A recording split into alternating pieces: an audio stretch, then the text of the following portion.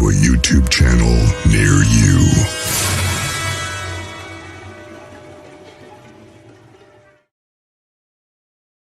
What is going on, everybody? As you can see, Lord Star Fox is joining me tonight. So we'll say hi to everybody. Like we got Holly in, and I'm sure we'll get a few more people trickling in as we go.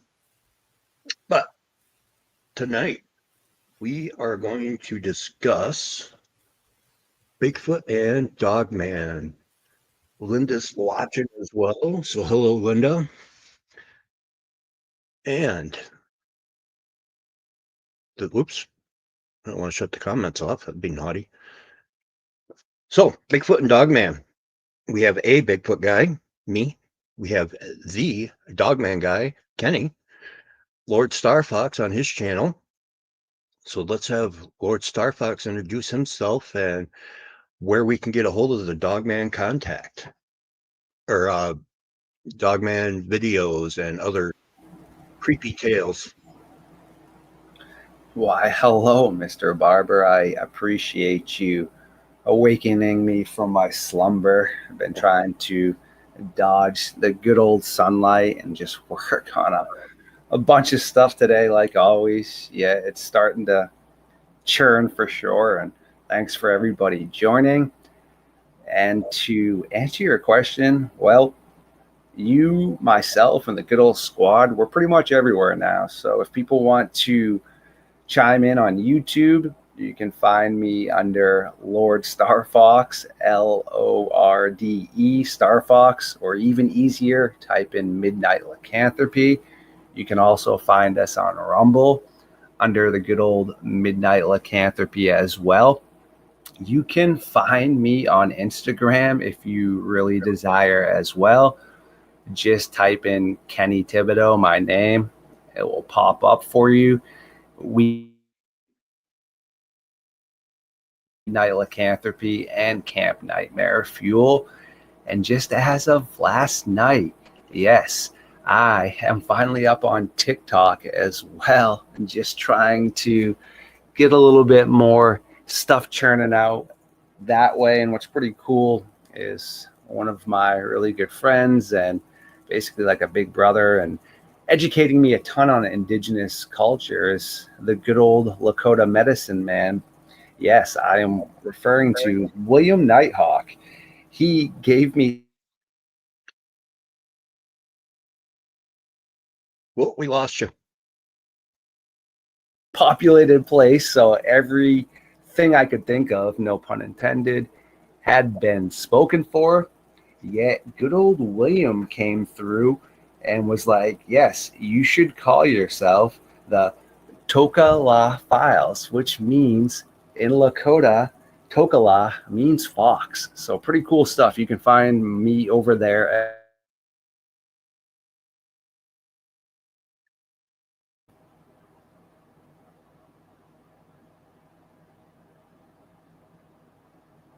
Uh-oh, Kenny's gone silent.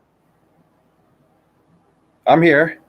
Oh, the audio fades in and out a little bit. We only hear about half of what is being said.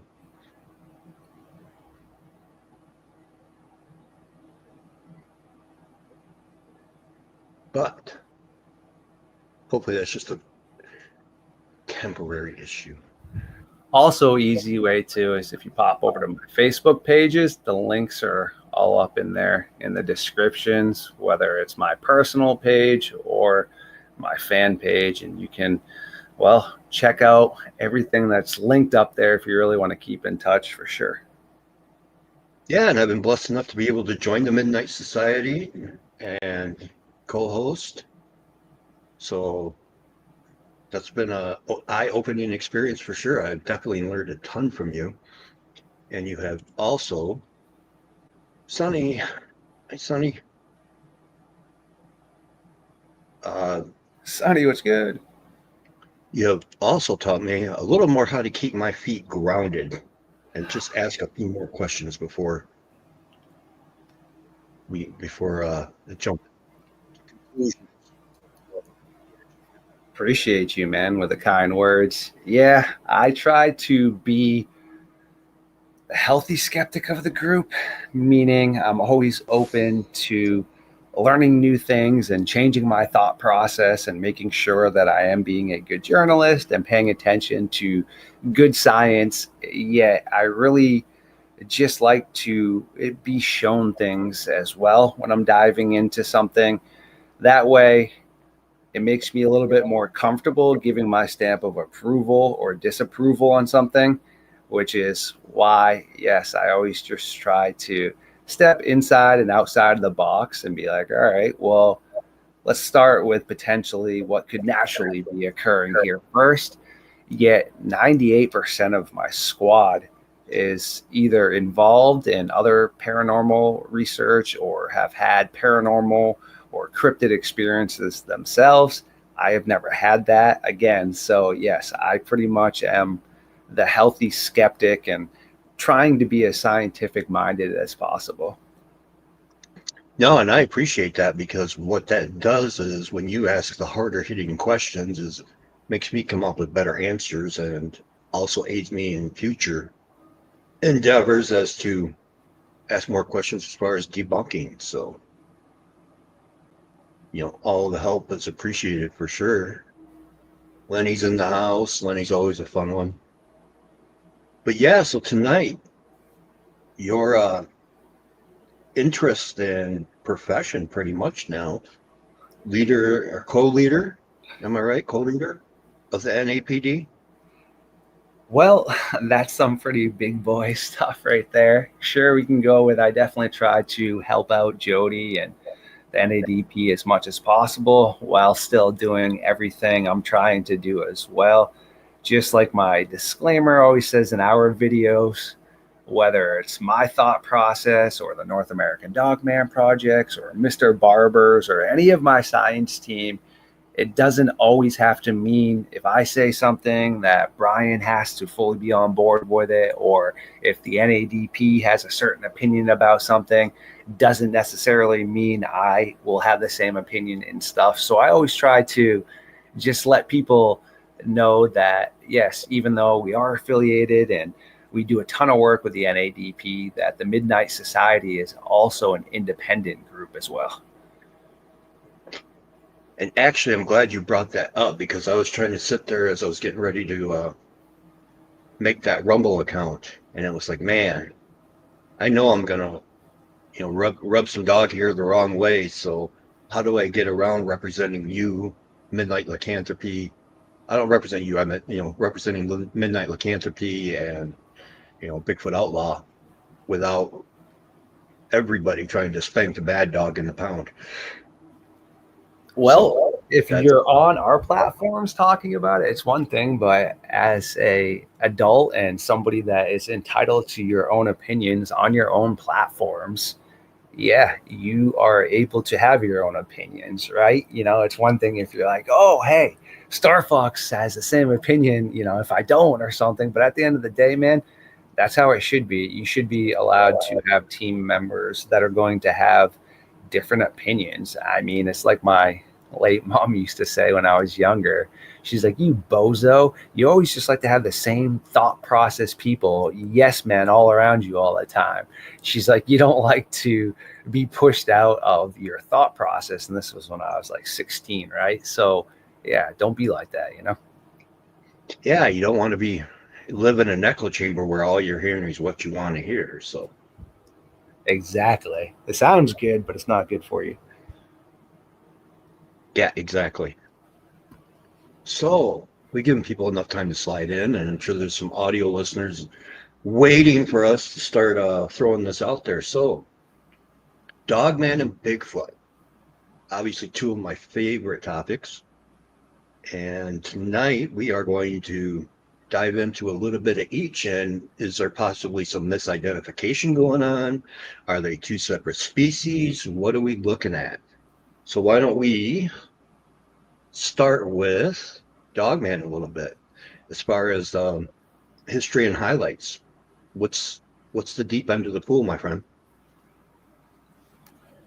Well, First, I will say if anyone wants to really know the nitty gritty, just pop over to the good old Midnight Lycanthropy and you'll be able to dive pretty deeply into some details. Also, I will be consolidating my podcast a little bit more. I'm thinking now I'm going to be going personally around 30 to 35 to maybe 40 minutes max. That way, it's not really asking people to invest so much time into what you're trying to present, meaning everyone is really busy and assumptions aren't good. Yet I am going to assume here a lot of people that support what I do, what you do, are supporting other people as well and watching their stuff. It's not that easy to watch things. You can only watch so much content, in one day for sure. So the quick answer for you is, well, since 290 BC, there's been reports of these strange canine-like creatures from Herodotus and Alexander the Great. There's also reports from indigenous cultures of these bear-like people that came down from the clouds in these strange beams of light. You also have other references in the country of India itself, where they came down to the market and used to trade with people. And again, Jody Cook, the founder of the NADP, when he was over in Iraq, he spoke to some of the merchants that also said that these creatures used to come down and trade.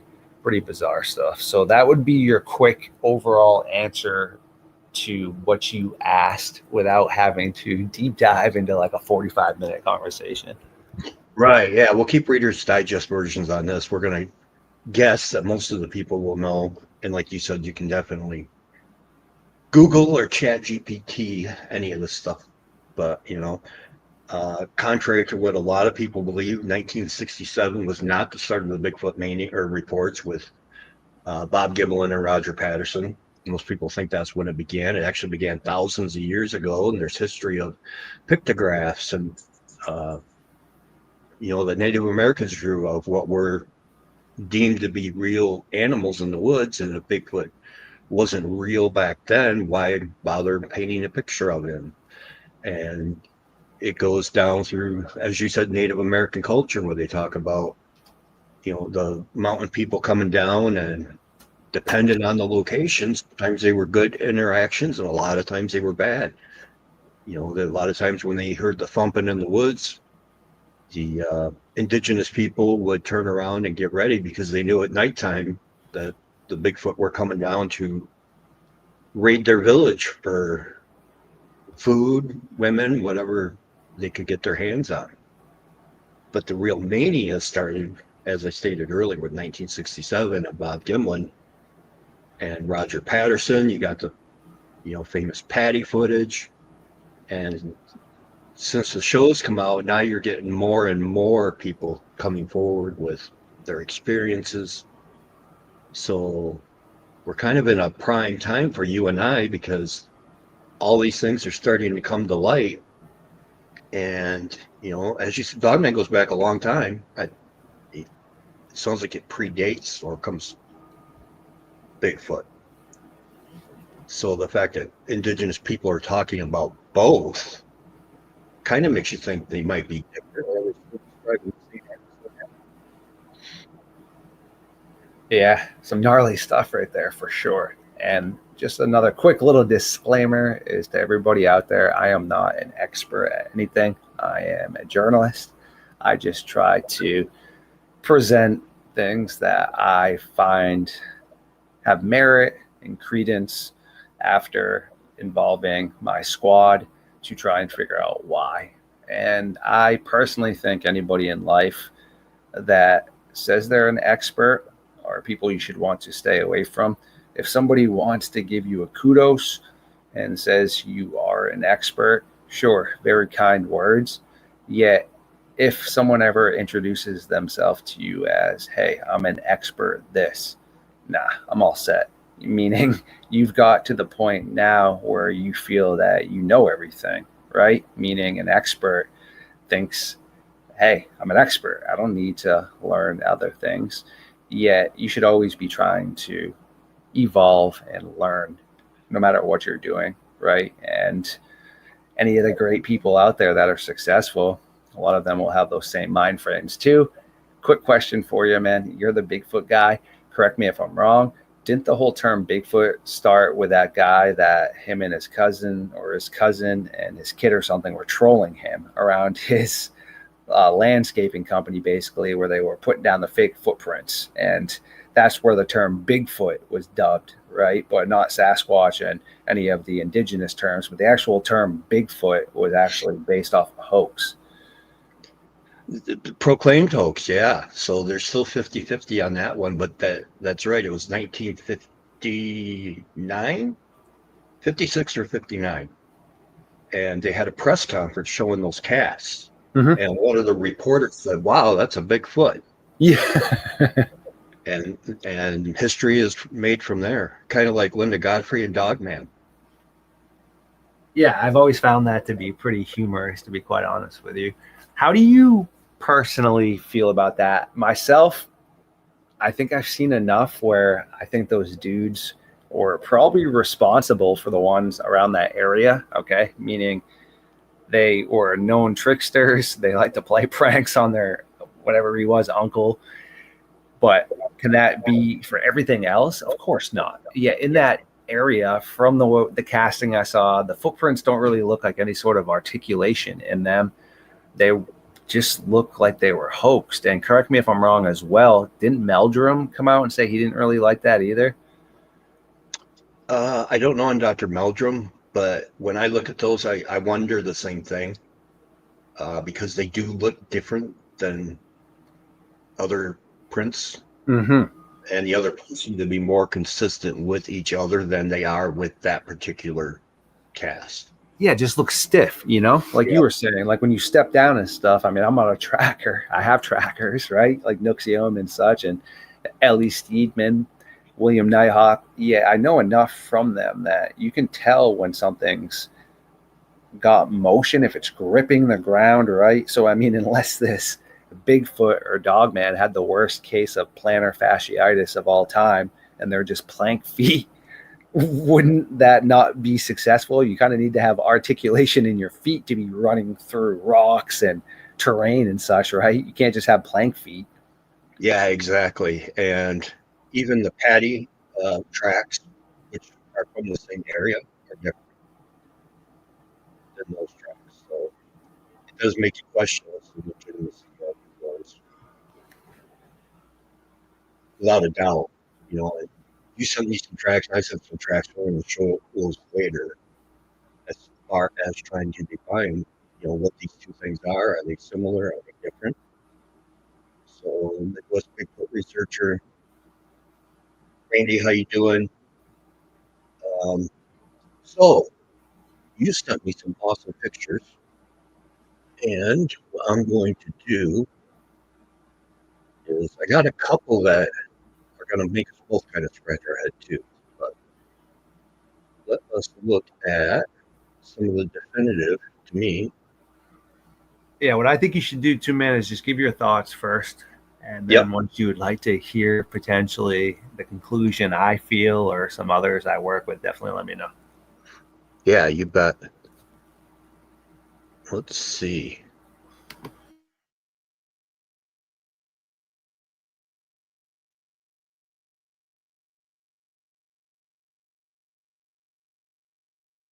There's the sightings. So there's more and more of those popping up. So, and ironically, they're in the same area as what the Bigfoot ones are coming up. So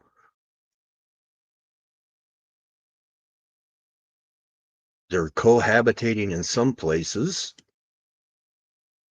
which is probably where you get the name North American Dogman Project, right? And let's see.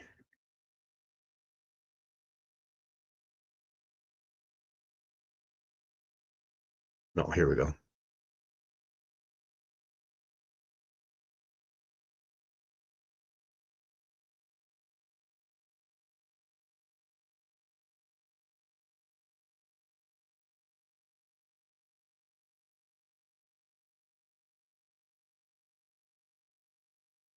Where did all these pictures go?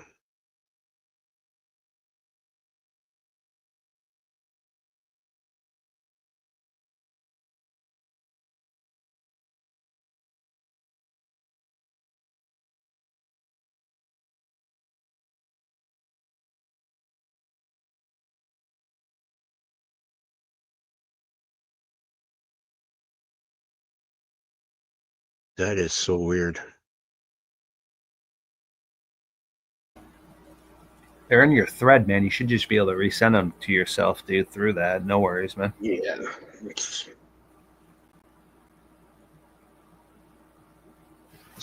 But yeah, so what Brian basically was talking about right there is pretty bizarre. If some of those are overlapping, I personally don't think they're in any sort of working tandem together. Maybe if we are talking about something that's ape based or primitive human, yeah, they've been known to take puppies and wolves and raise them so as they get older, these apes can defend themselves. Yeah, we're talking about a dog man here.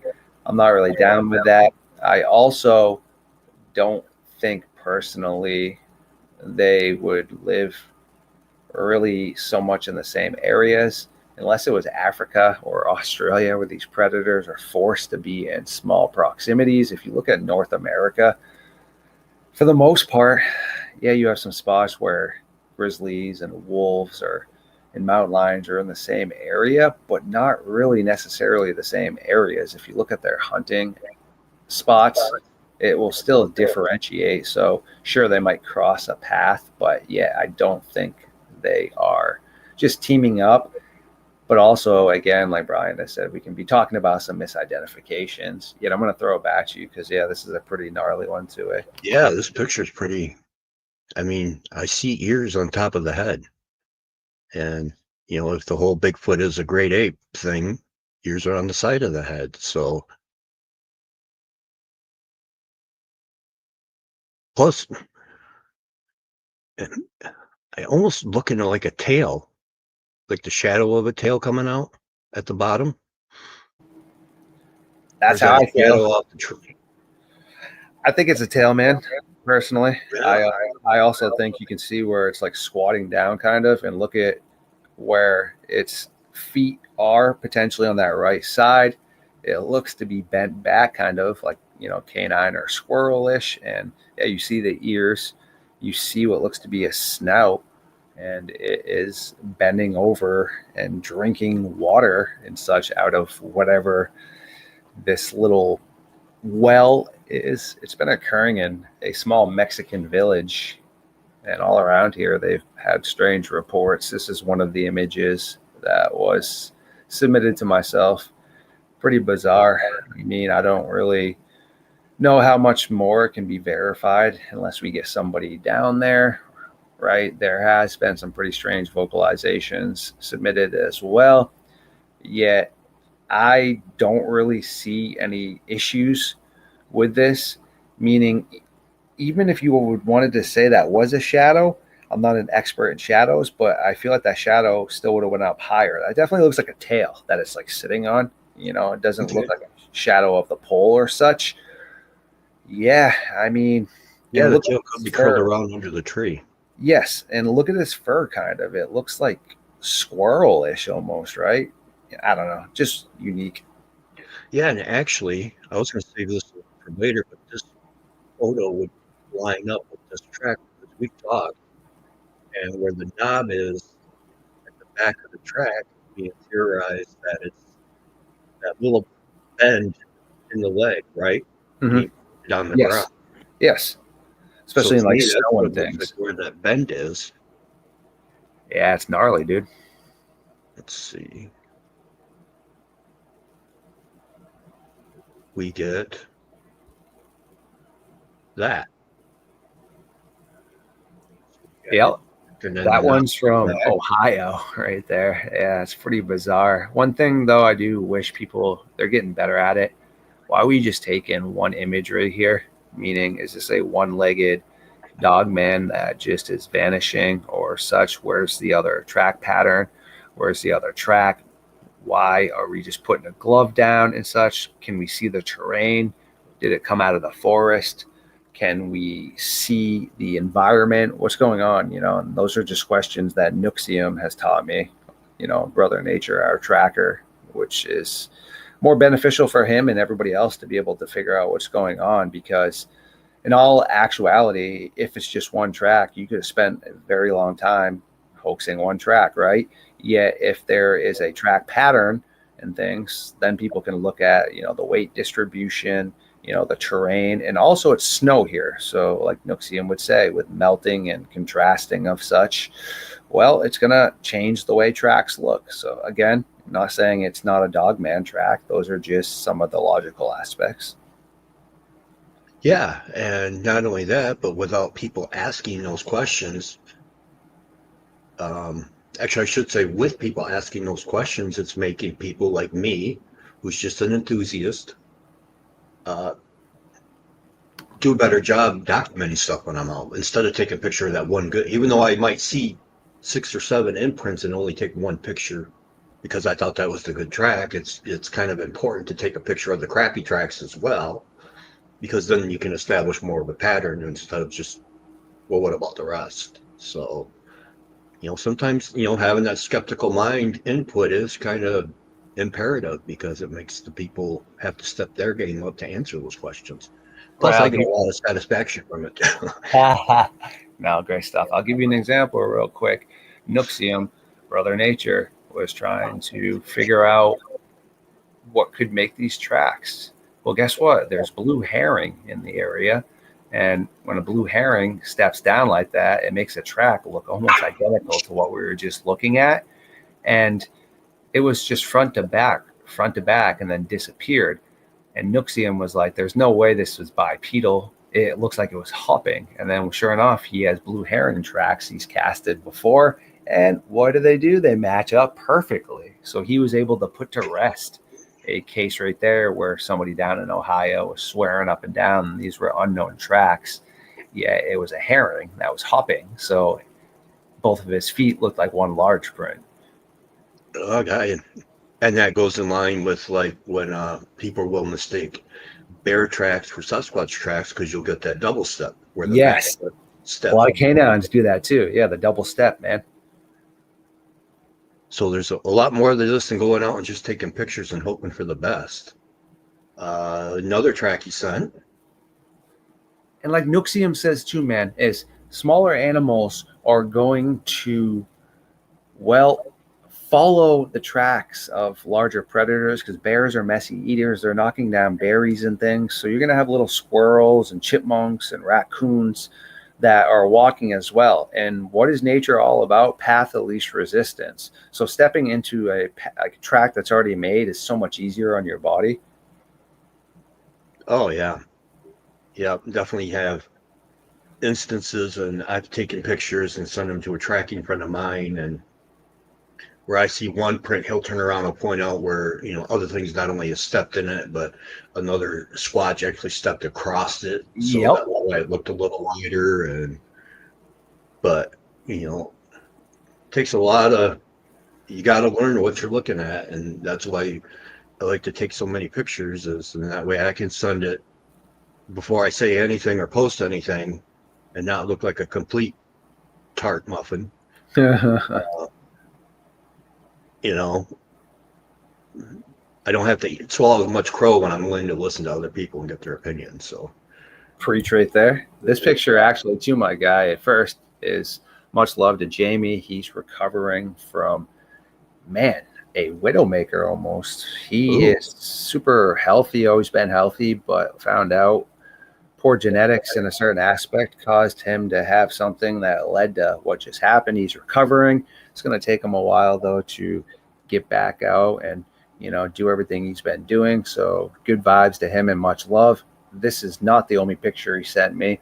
There are numerous pictures he sent me where there is a track pattern. There are castings. There is examples of something being bipedal and squatting down near the water where he thought it was digging for clams, freshwater clams in this area.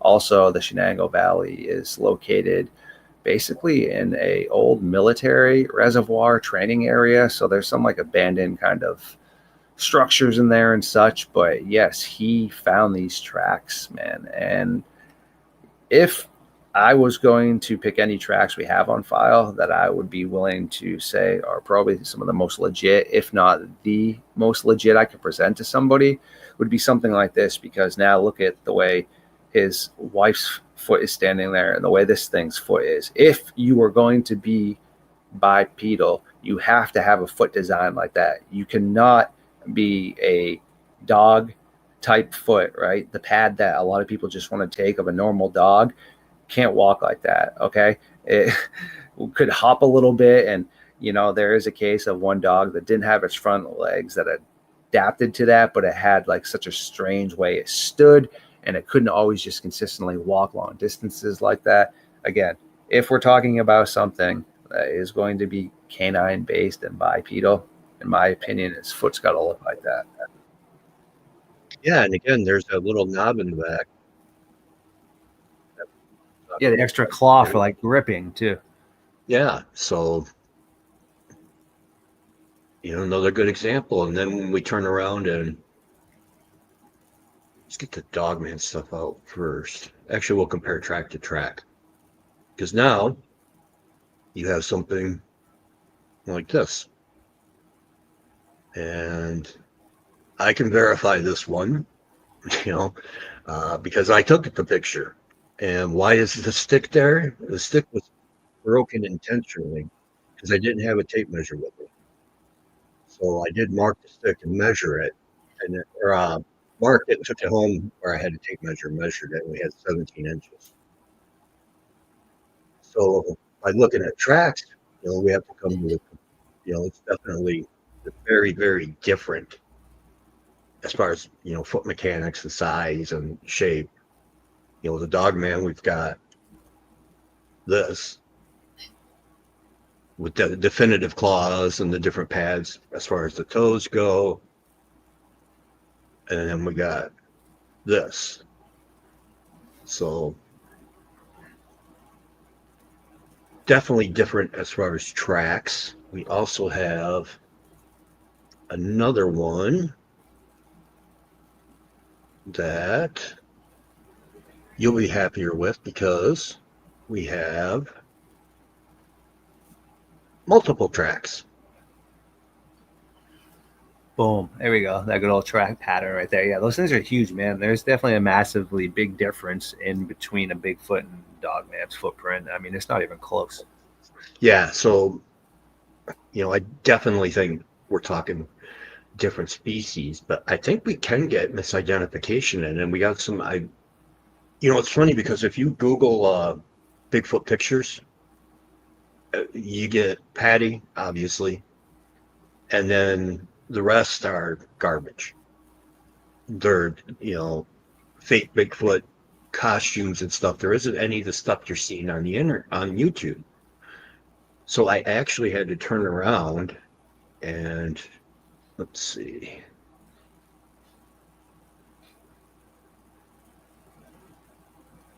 Get rid of some of these. I actually had to turn to YouTube and actually take screenshots off my TV. Because now, of course, with the AI Bigfoot vlogs, which are hilarious, whoever came up with them, thank you so much. You have brightened my day greatly. But that's what you get when you Google it. So because there's a picture I wanted to post that was amazing to me. There's a helicopter. Somebody's taking a picture of a helicopter, and they catch two Bigfoot with different colors in the background. I could not find that picture. I waited too long to find it on YouTube. There are some other ones that are quite interesting. And oh God, man, I'll move along too, because I think there is some room for misidentification. Let's see. Like this one.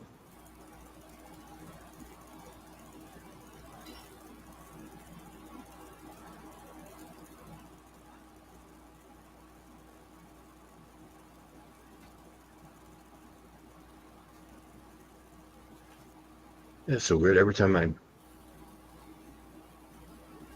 click on it, sometimes it's there, sometimes it's not. There we go.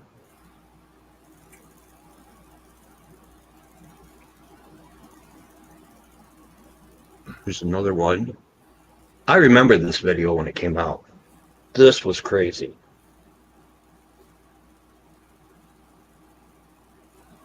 Do you remember the video, Timmy?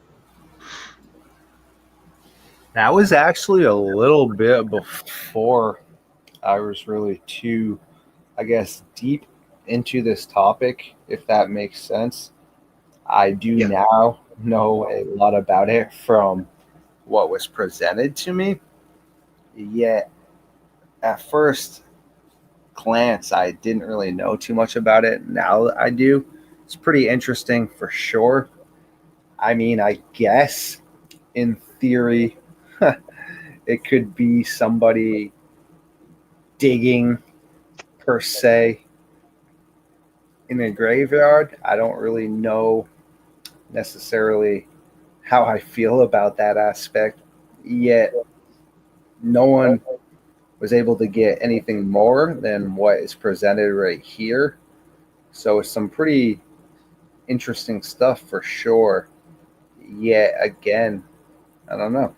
I don't really know how we're ever going to truly prove or disprove that. I think it's just one of those things. It's pretty cool. Yeah, it's not the best quality.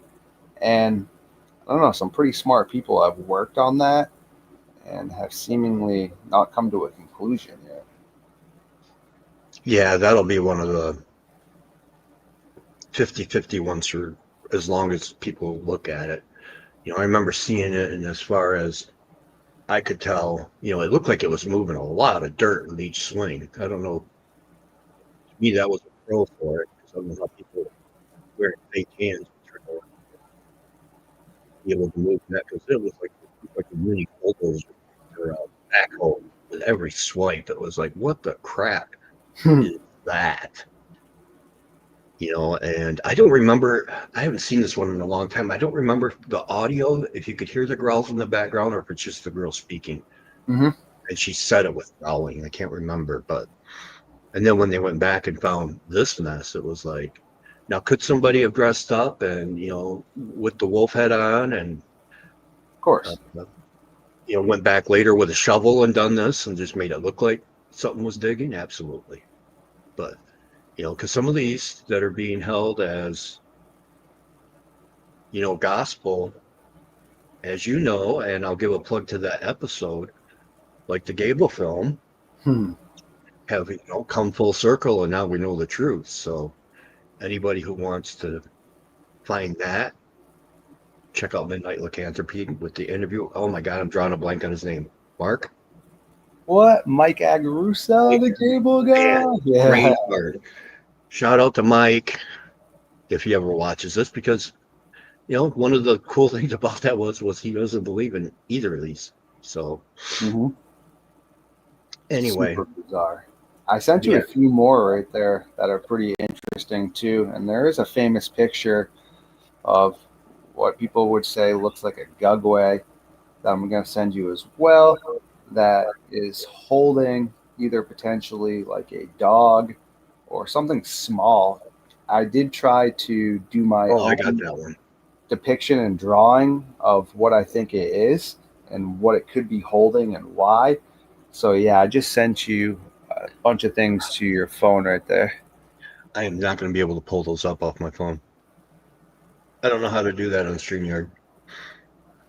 I have to upload them to my computer and then upload them on StreamYard. Oh yeah, so the ones I just sent you, all you got to do real quick is forward them to your email, and then you should just be able to download them to your computer and then upload from there. But yeah, those are some really interesting ones right there for sure, that also are some of the better ones we have that we can't really verify too. Creepy stuff. We'll have to come back to that, because the last time I tried that, I ended the stream. I locked myself out, so I got to practice, Kenny. I just can't. I got to admit it. I got to practice. But I did find one of those, because that was one of my favorite pictures. So I know I do have the one you were referencing, I think, on here. So Well, also too, look at your phone and you can describe what I sent you and just give your thoughts on those as well, and we can kind of try and describe it to the audience as much as possible.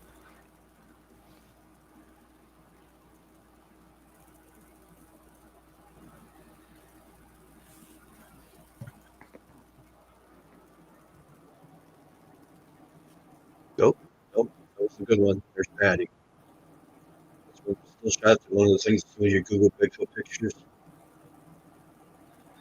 I think that's going to be the gold standard for quite a while as far as evidence. I mean, the more they look at this picture, the more they keep pulling the detail out. And it definitely doesn't have ears on top. So I think we definitely are open for, let's see.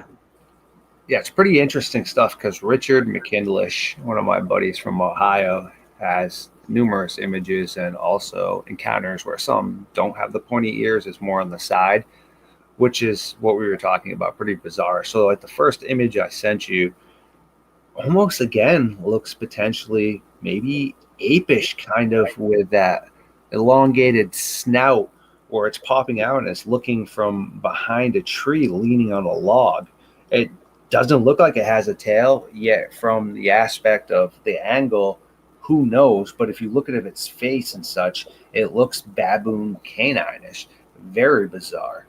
And then the next one I sent you happened in 2025 down in Arizona, where on the left-hand side, like you said, you could see where this thing is moving through the grass as this guy was filming the moon. And it looks really large and has some sort of pronounced snout and arms. Bizarre. And then the next one is from our buddy JJ Messenger, where this wasn't there when he took the photo, yet when he got back home and developed it, boom, here it is. This strange looking manifestation of such. It was in none of his other pictures. And this is in a graveyard where there's a bunch of encounters of Bigfoot and Dogman. And then you have a metal gate in an area where, I don't know, it looks rusty. If we had to get in there, I have faith you could probably do that. I mean, correct me if I'm wrong. If you don't think you could bend those bars like that, then I don't know. I mean, what healthy person or such would bend these bars to get into this underground area where there was all these strange animal bones? Bizarre. And then you have this interesting looking canine that has those really pronounced popped up ears that everyone talks about.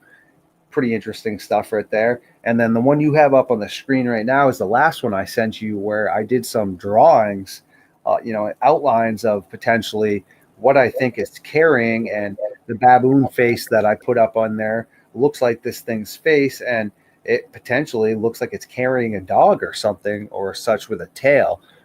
Yeah, and this is what I mean about the misidentifications, because this image right here and the first one where we just explained look very primate-ish. Yeah, it definitely looks like it's got more of the baboon with the snout, so that would fit into the, I mean, it doesn't look like it's got ears on the head, but if you just saw the face, I don't think I would take a face like that. I don't think I would take time to say, hey, has it got ears? Exactly. I think I would be out of there. And, then that falls into the gutway Bigfoot. So the two, I think, definitely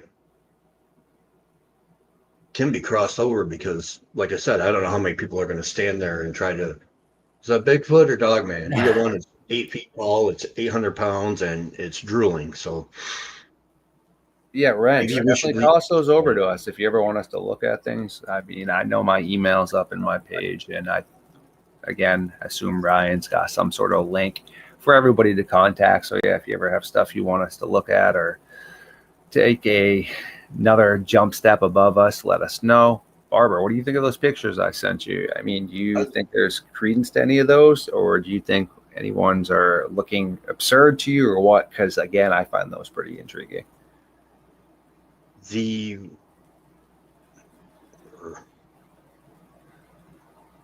The one with the Jay sent you is the creepiest one because that would almost to me, with the way the mist is and everything, it looks Yep. more like a paranormal dog man.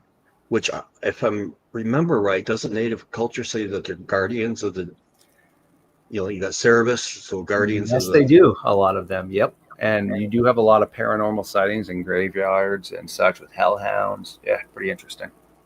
Yeah, and the other thing is you get that with Bigfoot too. It's, but like you said, I don't think they cooperate. I think they might occupy an area, but there's some kind of dividing line, like a mountain Mm-hmm. or a river or something like that. And I'm sure there's interactions where, no different than when a bear or wolves, brush paths and such. Yet, again, just like any other predators usually don't hunt other predators unless you're in a pack. But if you're something, very equivalent, I wouldn't, again, I can't prove any of this yet. I don't think it would end well for either side to have some sort of interaction from the descriptions of Sasquatch and such to the descriptions of these dogmen. Yeah, like what would be the point of that except for mortally wounding each other, eh? Right. I mean, there's a risk versus reward. If it's a territory thing, that's one thing where you get, but I think you would have more than one individual involved and, Mm-hmm. kind of a winner takes all as far as food resources go. But as Then we're far as, talking about like some chimpanzee stuff right there, man. Because any other known predators like bears and wolves don't seemingly purposely hold those grudges where, if it was going to be a turf war and we're going to keep on doing this, correct? Like, well, that seems like some chimpanzee primate behavior, eh? right, which definitely puts into more of the great ape theory, Mm-hmm. possibly what's going on with Bigfoot. I mean, we're apes. People people tend to seem to forget that. Oh, Rebecca. Rebecca, what's Yeah, up? I haven't seen Rebecca in a long time. I'm glad to see her in chat. I hope everything's well. Oh, this one's an interesting one too. Again, I don't know. It looks like a tongue, right, or something, and two eyes. Yet That's what I was trying to figure out. What was going on in this picture? we could also say this could be pareidoia. I don't know. I really don't know. I don't think it's been altered. I don't think it's purposely trying to be hoaxed. I think this individual saw this and was creeped out. Yet looking at the rest of the foliage and such, I don't know if those are rotten leaves. We do have some white, flowers that looked like, and we got like something that looks like white flowers over here a little bit that could be claws per se, right? And also you got the green foliage kind of popping up. So if you look close enough, it could be green, and couldn't that be a healthier version of like a flower maybe or such? I don't know. But then on the other spectrum, yeah, it potentially looks like it has a pretty large snout, black nose, and its tongue out potentially with like these yellow kind of green eyes. I don't know. Interesting. That just hit me literally because I'm looking at the picture. I'm really son it, so there's got to be something in it. And I just see it now where the green eyes are in the center of the page, Mm-hmm. and the possible tongue sticking out with the black snout just slightly above that, right in the middle of the screen. So That's what I mean about pareidoia potentially, though, because as soon as I explain that to you, I'm not trying to alter your thought, but I just planted a seed in your head for you to see that. Meaning, when you first look at it, that's what you're seeing. So the fact that you couldn't just pick up on that, to me, isn't really quality evidence because, like the other ones we were speaking about, it was quite apparent what was being looked at, right? right, yeah. Here's one that has me scratching my head because this was under the Bigfoot file, but now is it? To me, it almost looks like when I first looked at it, it's like it has ears, but I wonder if the foliage just above the eyes is covered that cranial, sagittal crest and that massive dome that might be hiding under there. Ooh, that's a very interesting one too, man. I mean, you look like you got some sort of glowing eyes, and now it looks like more of the human, like Wolfman type face, kind of, where you got like a nose based more like us, but then it looks like it's got some fangs, kind of, as it's potentially rolling its lips back. But again, though, couldn't that be paranoia too, man? I don't know. The reason I say these things is because it is proven fact that the reason we have even developed as far as we have now is because there were points in time where it was imperative to make sure that you were aware of predators, okay? Whether it was other hominoids or giant sloths, whatever, coming to get you, okay? That is why we are predetermined to see these in the forest. Luckily for us now, right? We live in colonies, so we're not really exposed to this, but yet it's still involved in our whole evolutionary aspect. They've run some interesting tests before where they took very young individuals that couldn't speak yet, okay, that were toddlers, and yes, their parents obviously had to sign off on this, but they would show these toddlers pictures of predators.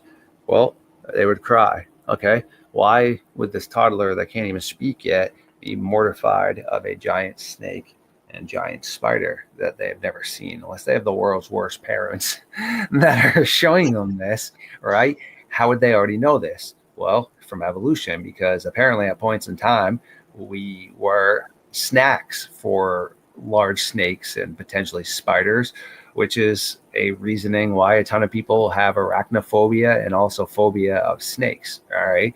Now, when you show these toddlers all these pictures of fluffy little rabbits and butterflies and all these cute little things, they giggle and laugh.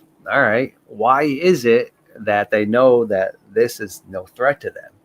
Again, that just kind of shows you the paranoia aspect, meaning it's just literally inside of us. Okay. It's part of evolution. It's no different than when predators like down in Arizona, come back and retake their area like the jaguars. Well, at a point in time, jaguars owned Arizona just like they did down into South America. It's been quite a long time, though, since they've been up there. Well, guess what? It's still part of what jaguars are. That was their territory. And like all the scientists I work with say, animals will always reclaim what was originally theirs.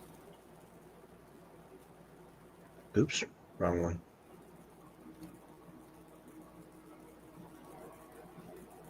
Yeah, I mean, I don't know why people have a hard time thinking there could be DNA memory transfer. I mean, you're getting 50% of DNA from one, 50% from the other. And why wouldn't some memories or things that have happened over generations get transferred as well? I mean, we know the simple things get transferred, like DOC, where a baby who's never had it winds up getting it because of mommy's blood. So why wouldn't some of those early traumas that have been haunting our dreams for eons wind up as well? Perfect example for you. How do you think we figure out this is hot, this is fire, right? You're not born understanding this, all right? It's something that, is taught to us, okay, right? Meaning,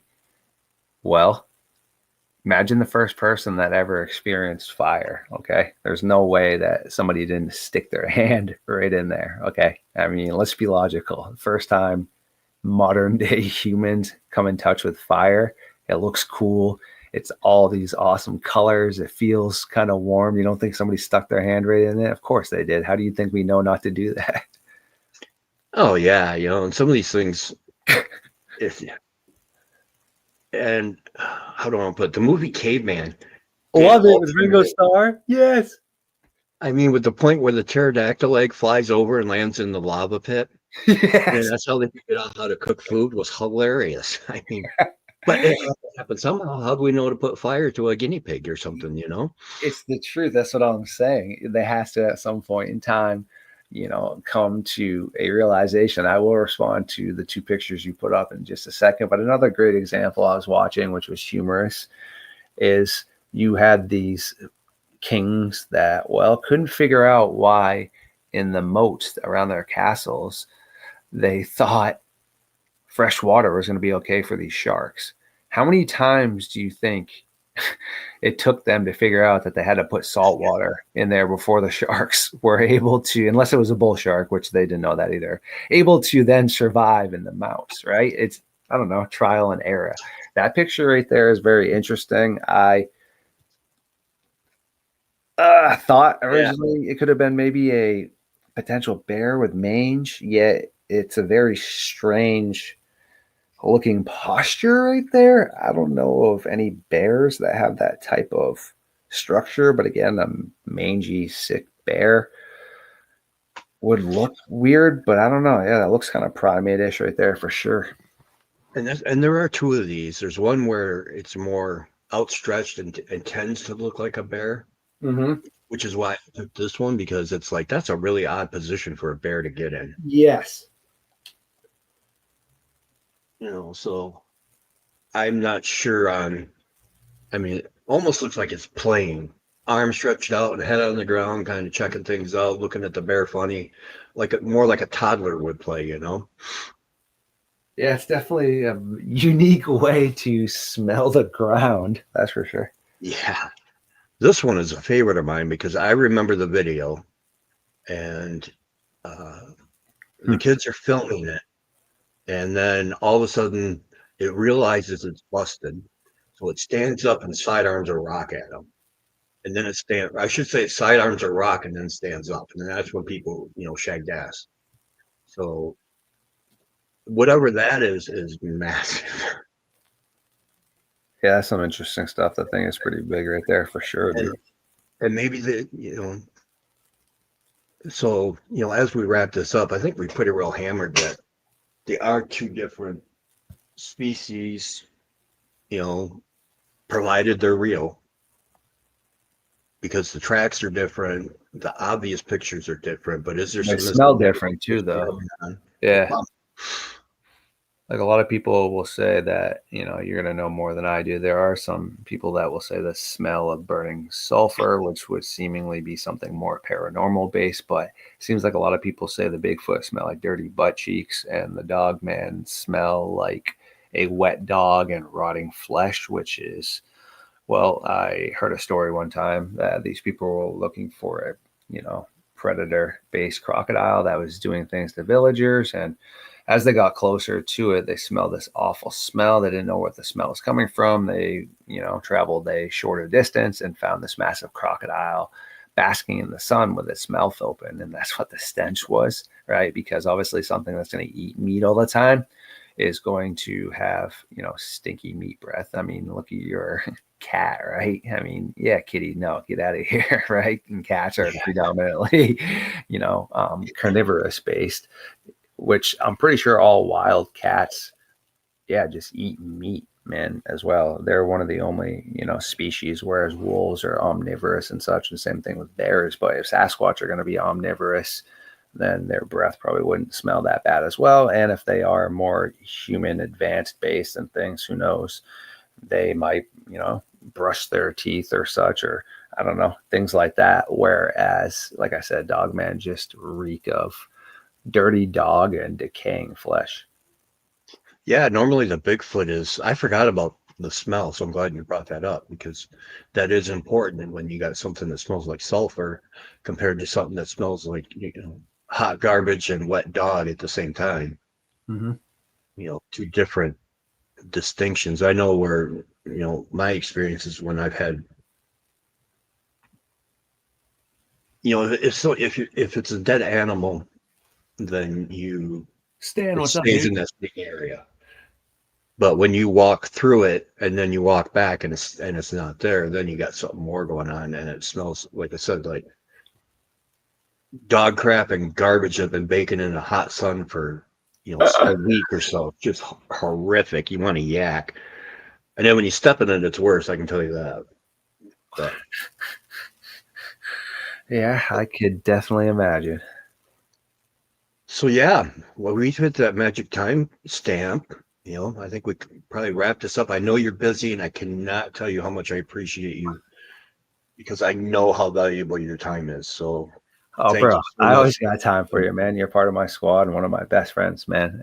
But yes, you are correct. I am super busy, but no, man, you always allot time and help out what I'm trying to do, man. So no, I always got time for you, dude. No worries. Well, I can't thank you enough. And thanks for everybody who's listening. Thanks for everybody who's going to listen. Lord Star Fox, put it out there one more time. Where can they find you, and where can they find you at? Sorry, I mispronounced that. Yeah, of course. You can find me pretty much on every large platform. All right. You can find Midnight Lycanthropy on YouTube. You can find it on Rumble.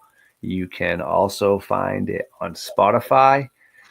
You can find Camp Nightmare Fuel, which is Barb, Brian, and myself as well. Also on Spotify and Rumble. And you can find that on the good old YouTube playlist. Yes, I can also be found on LinkedIn if you need to get a hold of me. And I did get up on TikTok with a little bit of a push from my buddies. And it is called the Fox Den, it's called the Fox Files. The Fox Den is actually a nickname for Midnight Lycanthropy. Well, one of my good friends, a Lakota medicine man, William Nighthawk, decided, since the Fox Files was taken, that I should use the Lakota term for fox, which is Tokala. So yes, on TikTok, you can find me, the Tokala Files, right there. And pretty much any way you need to get a hold of me, one of those ways will work, or you can always shoot me an email too. All right, my friend, can you hang out backstage for just a second so I can chat with you? Yeah, of course. All right. So, coast to coast, around the world, everybody have a good night, and we will see you next week.